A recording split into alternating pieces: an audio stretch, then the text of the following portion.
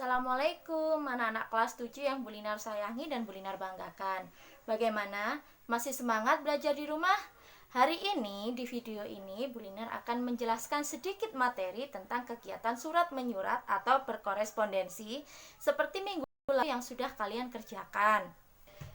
Berkorespondensi atau surat menyurat secara pribadi pada masa sebelum teknologi berkembang seperti saat ini bertujuan sebagai satu, pemberi informasi mengenai kabar, kedua, sebagai sarana komunikasi tulis untuk orang yang sudah lama tidak bertemu, dan yang ketiga sebagai pengungkap ekspresi atau pesan mengenai sebuah perasaan. Ciri surat pribadi antara lain, yang pertama, tidak memiliki kepala surat atau kop surat sebuah lembaga. Yang kedua, menggunakan bahasa sehari-hari atau bahasa tidak baku. Yang ketiga, menggunakan kata sapa, bisa menggunakan kata hai dan halo. Yang keempat, menggunakan kata aku sebagai kata pengganti orang pertama. Adapun urutan untuk menulis surat pribadi antara lain, yang pertama, tempat dan tanggal pembuatan surat, kemudian alamat penerima surat, sapaan, pembuka, isi, penutup, dan nama terang serta tanda tangan penulis surat. Beberapa contoh surat pribadi antara lain, ketika kalian menulis surat untuk teman atau untuk kakek nenek yang tinggalnya jauh dengan kalian, atau yang sering kalian lihat yaitu undangan hajatan. Berkorespondensi selain menggunakan surat pribadi juga bisa menggunakan surat dinas. Unsur surat dinas antara lain, yang pertama, kepala surat atau kop dari sebuah lembaga. Yang kedua, alamat dan tanggal penulis surat. Yang ketiga, nomor surat. Yang keempat, perihal. Yang kelima, lampiran jika ada. Yang keenam adalah alamat yang dituju. Yang ketujuh, isi surat. Di dalam isi surat ada yang pertama ada salam pembuka. Dalam surat dinas, salam pembuka menggunakan bahasa yang resmi. Kedua, kalimat pembuka, isi atau inti dari surat tersebut.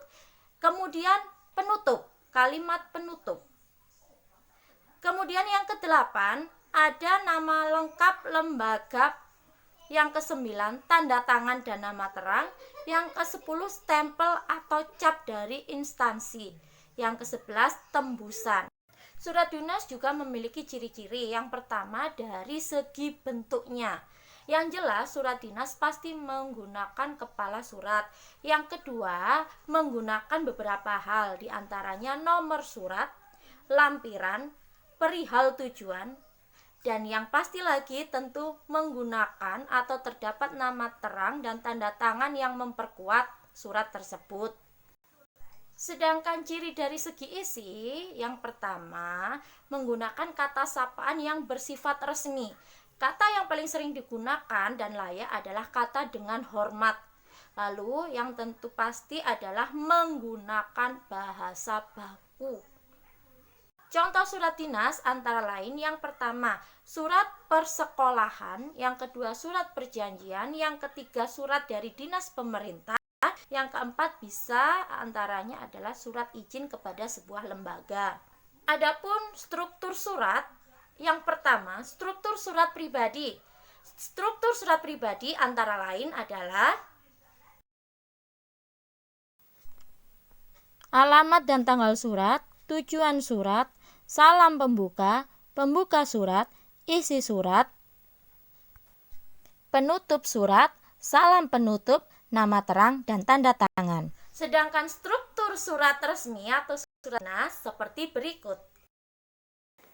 Kepala surat yang diisi dengan nama lembaga, nomor dan tanggal, jumlah lampiran berisi inti atau tujuan surat, alamat, salam pembuka, paragraf pembuka, inti surat, ungkapan untuk itu kami atau menunjukkan tujuan perihal surat, paragraf penutup, salam penutup, tanda tangan yang mencantumkan atau yang memperkuat, kemudian nama terang, dan stempel lembaga. Demikian materi surat menyurat yang Bu Linar sampaikan sesuai dengan soal yang sudah kalian kerjakan minggu lalu. Bagaimana? Sudah mengerti? Baik, apabila sudah mengerti, saatnya Bu Linar memberikan tugas untuk pengambilan nilai praktek materi surat menyurat.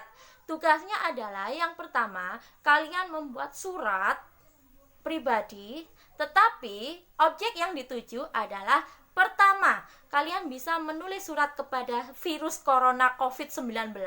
Yang kedua, kalian bisa membuat surat ungkapan perasaan kepada garda terdepan COVID-19, yaitu petugas medis. Kalian bisa memilih salah satu dari tema tersebut. Kemudian, surat ditulis secara pribadi di sebuah kertas, lalu dari kertas itu kalian ungkapkan melalui video seperti video berikut. Surat cinta untuk pahlawan garda terdepan. Dari aku yang mendoakanmu. Sebuah surat yang kutulis untukmu, tim medis Indonesia.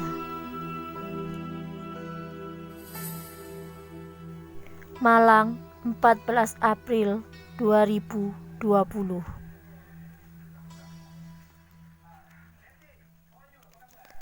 Hai, pejuang Corona.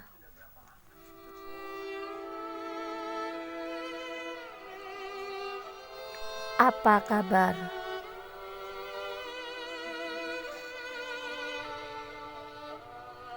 Semoga kamu baik-baik saja. Walaupun sulit untuk mengatakannya. Aku di sini selalu mendoakanmu agar kamu selalu kuat dan baik-baik saja. Aku tidak mengenalmu secara langsung, tapi aku tahu kamu adalah pahlawan. Pahlawan yang mau berjuang dan berkorban untuk orang banyak.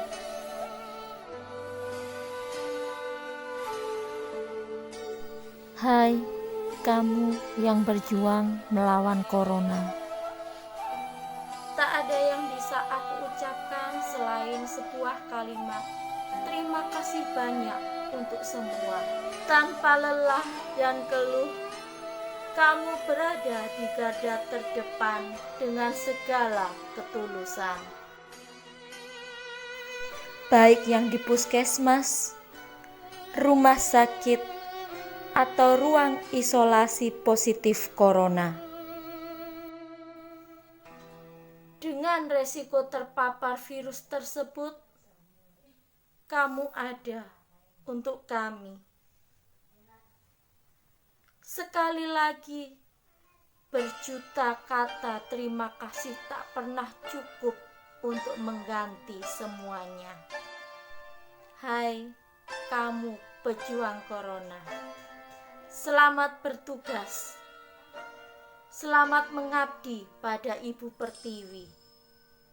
Jangan lupa jaga kesehatan dan tetap saling mendoakan.